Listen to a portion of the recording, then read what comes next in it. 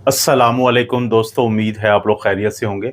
दोस्तों, आज की वीडियो में हम बात करेंगे अपेंडिसाइटिस के बारे में। अपेंडिसाइटिस बहुत बड़ा एक ऐसा मसला है जो ख़ास तौर पे उन लोगों को परेशान करता है जिनके बच्चों की उम्र 10 साल से लेके 20 साल तक होती है।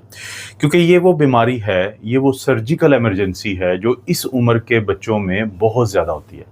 50 साल के उम्र के बाद तो कम ही देखी गई है और इसी तरह से 10 साल से नीचे भी ये जो छोटे बच्चे होते हैं तो उनके अंदर भी जो अपेंडिक्स की ये बीमारी होती है तो ये कम नज़र आती है। सबसे पहला सवाल ये पैदा होता है कि ये अपेंडिक्स की बीमारी है, तो अपेंडिक्स क्या चीज़ है? अच्छा, बड़े कमाल की और इंटरेस्टिंग बात है कि इसे कहा जाता है ये वेस्टिजियल ऑर्गन है। वेस्टिजियल ऑर्गन ऐसे ऑर्गन को कहते हैं कि जिसका शायद किसी दौर में कोई काम रहा हो, कि वो किसी काम की आता हो इंसानों के।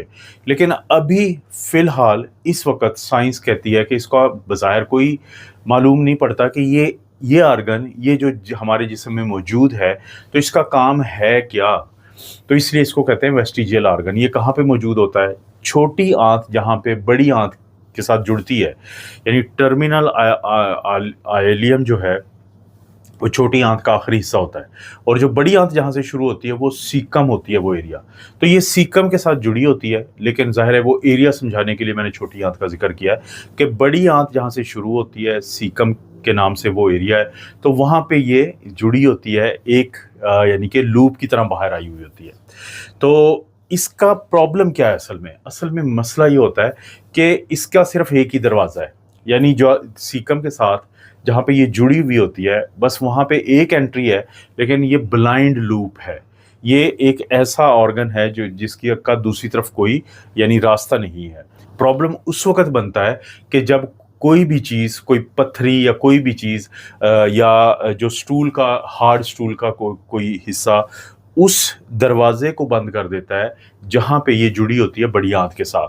तो अब इसके अंदर मौजूद जो बैक्टीरिया होते हैं, इसके अंदर मौजूद जो जरासीम होते हैं, जब उनको रास्ता नहीं मिलता बड़ी आंत की तरफ, तो वो उधर ही रहते हैं, एक बंद कमरे में।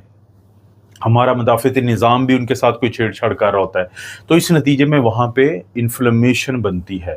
ये जो आपने देखा था कि अपेंडिसाइटिस, आइटिस का मतलब होता है इन्फ्लेमेशन, और अपेंडिक्स मैं आपको बता चुका हूँ कि हमारे जिस्म का एक ऑर्गन है। तो उसकी जब इन्फ्लेमेशन होगी तो उसे हम कहेंगे अपेंडिसाइटिस। लेकिन इसको इन्फेक्शन भी कहते हैं क्योंकि जरासीम की वजह से होती है, बैक्टीरिया की वजह से होती है, तो इसलिए कहते हैं कि अपेंडिक्स की इन्फ्लेमेशन हो गई या अपेंडिक्स की इन्फेक्शन हो गई है। अब अक्सर कैसे पता चलता है? आपका बच्चा है, लड़का है, लड़की है जिसकी उम्र 15 साल है, 18 साल है, अचानक एक दिन वो आपको पेट के सेंटर में अम्बिलिकल जो एरिया होता है, जिसे बेली बटन भी कहते हैं, तो वहाँ उसके इर्द-गिर्द वो दर्द की कंप्लेंट करता है या करती है। अब ये दर्द होगा, इसके साथ हो सकता है मतली हो, उल्टी आ जाए, हल्का-फुल्का बुखार शुरू हो जाए। लेकिन एक अजीब-सी बात होती है कि 24 घंटे के अंदर ये दर्द उस सेंटर वाले एरिया से ये मूव कर जाता है, ये चला जाता है आपके एक ख़ास हिस्से में। जो हमारा जो पेट है, आप तसव्वुर करें कि पेट को आप 4 हिस्सों में तक़सीम करें। अब जो ऊपर वाला है उसको छोड़ दें, जो नीचे वाला है एक लेफ़्ट साइड पे है, बाईं साइड पे जिसको हम लेफ़्ट आइलिक फोसा है उसको भी भुला दें। जो राइट साइड पे आपके पेट के राइट साइड पे नीचे का एरिया उसको हम कहते हैं राइट आइलिक फोसा। तो वहाँ पे ये दर्द आके रुक जाता है, ये लोकलाइज़ हो जाता है। तो एक तो ये है कि इन अलामात के साथ ही डॉक्टर के पास आप अपने बच्चे को लेके जाते हैं कि पेट में दर्द शुरू हुआ, वो दर्द अब इस तरफ आ चुका है, साथ बुखार है, उल्टियाँ हैं, मतली हैं, तो इस तरह की कैफ़ियत बनी होती है। अच्छा, अब ये बात मैं पहले ही बता दूँ आपको कि जो अपेंडिसाइटिस है, क्योंकि बड़ी लड़ाइयाँ होती हैं फैमिलीज़ की डॉक्टरों के साथ और अस्पतालों के साथ कि वो कन्फ्यूज़ होते हैं कि आप तो कहते हैं ऑपरेशन की ज़रूरत है, हमारे बच्चे को तो आम पेट में दर्द है, तो आप कैसे बताएँगे कि ये अपेंडिक्स है, उसकी सोज़िश है? तो क्योंकि देखिए जो सोज़िश होती है, अगर उसको वक़्त पे नहीं डील किया जाएगा तो उसके रप्चर होने का डर होता है, अपेंडिक्स के फटने का डर होता है और उसका सारा ज़हरीला मवाद जब बाहर आता है तो हमारे पेट की झिल्ली होती है जिसको हम पेरिटोनियम कहते हैं, तो उसकी भी सोज़िश या इन्फ्लेमेशन या इन्फेक्शन हो जाती है, जिसको पेरिटोनाइटिस कहते हैं, जो इंतहाई ख़तरनाक चीज़ है। तो डॉक्टर के ज़हन में होता है कि उससे बचाना है, फैमिली के ज़हन में होता है कि सुबह या कल तो हमारा बच्चा बिल्कुल ठीक था, तो इतना बड़ा मसला कैसे बन गया? तो यहाँ पे इस बात को समझना ज़रूरी है कि जो तशख़ीस है अपेंडिक्स की या अपेंडिसाइटिस की, तो वो क्लिनिकल होती है मेनली। क्लिनिकल से क्या मुराद है कि जो सर्जन देखेगा या सर्जिकल टीम बच्चे को चेक करेगी, क्योंकि इमरजेंसी में जब वो चेक करते हैं तो एक ख़ास चीज़ को देखते हैं कि अक्सर बच्चों को कहते हैं कि खांसी करें। अगर खांसी करने से आपके बच्चे का राइट आइलिक फोसा का जो दर्द है वो बढ़ जाए, ठीक है, इसको थोड़ा सा टेंडरनेस कहते हैं। दर्द क्या होता है, बच्चा आपको बता रहा है, खांसी करने से जो दर्द बढ़ता है तो इलिसिट होता है, वो साइन है, वो एक टेंडरनेस है। तो फिर डॉक्टर क्या करते हैं, अब डॉक्टर ने हाथ रख के बच्चे को चेक करना है। जब वो हाथ रखने की कोशिश करता है तो बच्चा दर्द की डर की वजह से अपने पेट को थोड़ा जकड़ा लेता है। इसे गार्डिंग कहते हैं। ये भी बड़ी अहम साइन है कि बच्चे को होता है कि ये हाथ लगाएंगे तो मुझे दर्द होगा, तो वो उसको थोड़ा सा टाइट कर लेता है। तो ये गार्डिंग है, ये भी इस तरफ इशारा करता है कि कोई मसला है। फिर डॉक्टर क्या करेंगे कि डॉक्टर वहाँ पे दबाएंगे, उस एरिया को, राइट आइलिक फोसा को दबाएंगे और दबा के छोड़ेंगे। दबाने से तो दर्द होती ही है, लेकिन जब छोड़ते हैं तो ज़्यादा दर्द होती है। इसे कहते हैं रीबाउंड टेंडरनेस। देखें, एक होता है सिम्टम, एक होता है साइन। सिम्टम क्या है, आपके बच्चे ने बताया कि उसको दर्द है। साइन क्या होता है, डॉक्टर ने दबाया तो वो दर्द इलिसिट हुआ, पता चला कि दर्द यहाँ पे है, ज़्यादा है, दबाने से होता है। तो ये क्या है कि ये टेंडरनेस है, लेकिन जब दबा के छोड़ा तो वो ज़्यादा दर्द होता है। इसे कहते हैं रीबाउंड टेंडरनेस। रीबाउंड टेंडरनेस का होना और गार्डिंग का होना इस तरफ इशारा करता है कि पेरिटोनाइटिस के चांसेस ज़्यादा हैं, सोजिश ज़्यादा हैं और बाद का रप्चर के भी या अपेंडिक्स के फटा होने के भी चांसेस हैं। एक होता है जिसको हम रोविंग साइन कहते हैं। अब रोविंग साइंस क्या है कि ये तो है राइट आइलिक फोसा, लेकिन जो इसके मुखालिफ है लेफ्ट आइलिक फोसा, जब डॉक्टर उधर भी दबाता है तो दर्द यहाँ पे होता है। इस राइट आइलिक फोसा में उससे भी दर्द होता है, तो इसको कहते हैं रोविंग साइन। आमतौर पे क्या है, ये एक क्लिनिकल डायग्नोसिस है। डॉक्टर तशखीस करेगा, पता चल जाएगा कि ये अपेंडिसाइटिस है, फैमिली को बताया जाएगा कि एक इमरजेंसी है, क्योंकि अगर नहीं ऑपरेट करेंगे तो अपेंडिक्स के फटने का डर होता है।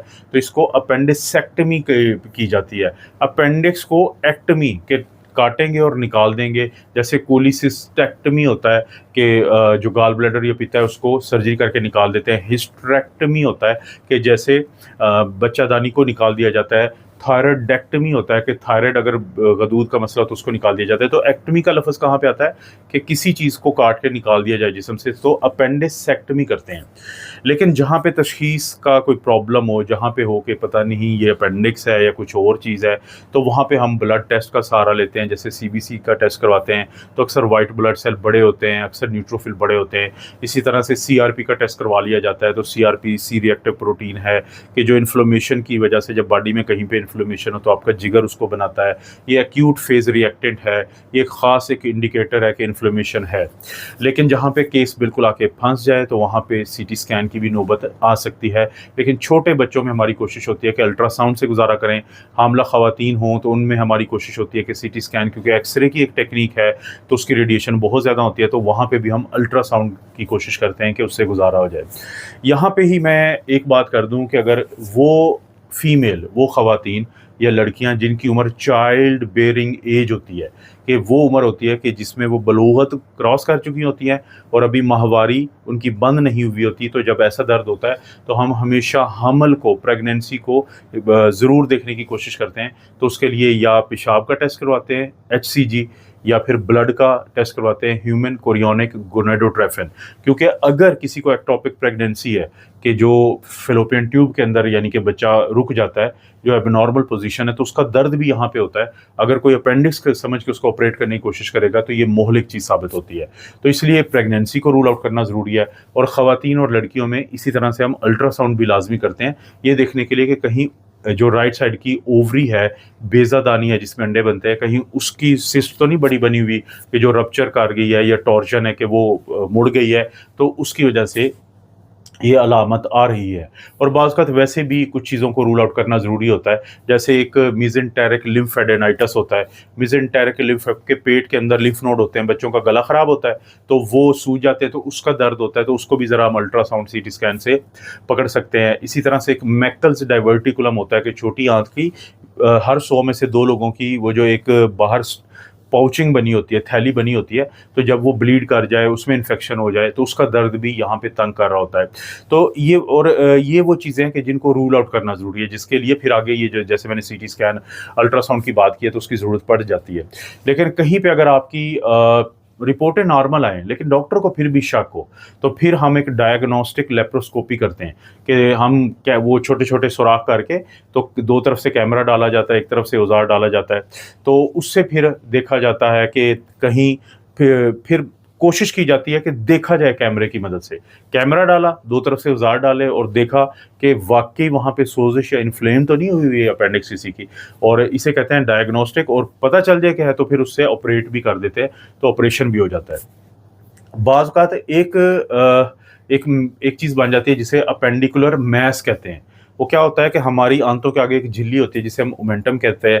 अगर वो अपेंडिक्स के साथ आके जुड़ जाए, जो सोज़िश हुई थी जिस अपेंडिक्स की, तो उस वक़्त फ़ौरी तौर पे ऑपरेट नहीं करते, बल्कि पहले कुछ दिन दवाइयाँ दी जाती हैं एंटीबायोटिक्स, और जब थोड़ा सूरत-हाल बेहतर हो जाती है तो बाद में इसका ऑपरेट कर देते हैं।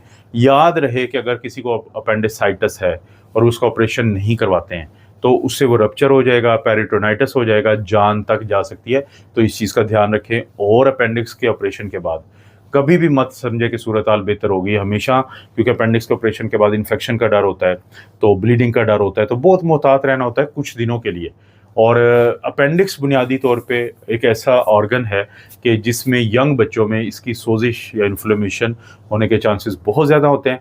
तो मुझे उम्मीद है कि आपको पता चला होगा कि अपेंडिसाइटिस क्या है, इसकी अलामात क्या होती हैं, कैसे इसकी तशख़ीस की जाती है, इसका इलाज क्या है, और इसके अलावा कौन-कौन से वो मसले हैं जो अपेंडिक्स की तरह ही बिहेव करते हैं।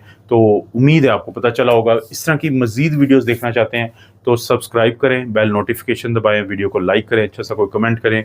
बताएँ कभी आपको ज़िंदगी में आपकी फ़ैमिली में किसी कोई सूरत-हाल का सामना करना पड़ा है कि डॉक्टरों के साथ आपकी लड़ाई हो जाती है क्योंकि आप कहते हैं बच्चा कल ठीक था, डॉक्टर कहता है सर्जिकल इमरजेंसी है। कभी ऐसा हुआ है? तो ज़रूर बताइएगा। किसी दूसरे को फ़ायदा देना चाहते हैं तो इस वीडियो को आप शेयर भी कर सकते हैं।